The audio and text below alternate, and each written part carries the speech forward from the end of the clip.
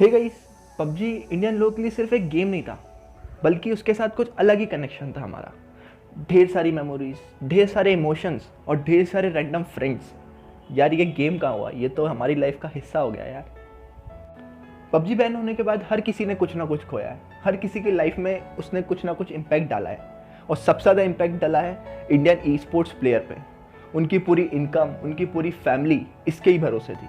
और PUBG ban के बाद सब कुछ रुक गया। पबजी बैन के 2 दिन बाद ही मेगा स्टार डिसबैंड हो गई। पुतिन ने रशिया में स्कूलों में इतना ज़्यादा अपलिफ्ट कर दिया इस गेम को, तो थोड़ा माइंडसेट तो हमारा लगा यार कि इंडिया में भी यार ई स्पोर्ट्स ग्रो कर सकता था, लेकिन गवर्नमेंट ने ये सही नहीं किया। लेकिन बहुत से इंटरनल मैटर्स थे guys, we can understand Indo China borders and all, वो हम समझ सकते हैं। Data security is the first issue, country पहले आती है गेम के। पर एक चीज़ ध्यान रखना गाइस, हम उन्हें पबजी प्लेयर नहीं कहते थे, हम उन्हें ई स्पोर्ट्स प्लेयर कहते हैं। जैसे विराट कोहली को हम स्पोर्ट्स पर्सन कहते हैं, क्रिकेटर नहीं। तो इसका ये मतलब नहीं कि अगर कल को क्रिकेट बंद हो जाए तो वो उसकी इनकम रुक जाएगी, या अभी कोविड में क्रिकेट नहीं चल रहा तो उनकी इनकम रुक गई, क्योंकि वो एक एथलीट है, स्पोर्ट्स पर्सन है। कोई एक गेम पे रह नहीं सकते। सेम ई स्पोर्ट्स प्लेयर के साथ भी है, उन्होंने दूसरे गेम एक्सप्लोर करे, और शायद ये एक मौका है ई स्पोर्ट्स प्लेयर के लिए कि वो दूसरे गेम पे शिफ्ट करके वहाँ पे भी अपना कैपिटलाइज करें और इंडिया को वापस अपलिफ्ट करें। साथ ही इंडिया में हर कोई एक पोस्ट शेयर कर रहा है इंस्टाग्राम पे।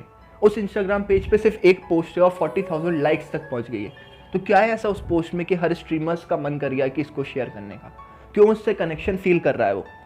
तो उस पोस्ट के बारे में पूरी जानकारी देता हूँ, आप खुद देख सकते हैं, और लिंक्स डिस्क्रिप्शन में उस पेज का, आप वहाँ पर भी जाके उस पोस्ट के लाइक्स, व्यूज़, रीच सब टेस्ट कर सकते हैं। The future of Indian esports in our hand, ये बात सच है यार, क्योंकि कहीं ना कहीं जो ई स्पोर्ट्स को ग्रो कराएंगे वो हम ही हैं। साथ ही रशिया के प्रेसिडेंट ने भी ई स्पोर्ट्स को रिकॉग्नाइज कर लिया है स्कूल में, क्योंकि वो भी समझ गए कि ये उतना ही ज़रूरी है जितने दूसरे सब्जेक्ट, दूसरे स्पोर्ट्स।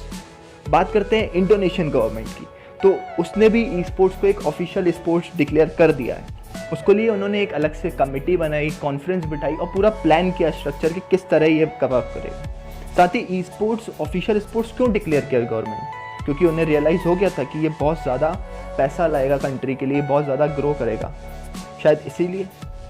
बात करें अगले का कि ऐसा इंडोनेशिया में क्यों सक्सेस कर रहा है ये, क्योंकि वो भी इसी को सेम चीज़ मानते हैं कि इसमें भी same ability, same strength, same दिमाग का प्रेशर लगता है जो अलग ई स्पोर्ट्स या स्पोर्ट्स में ज़रूरत है।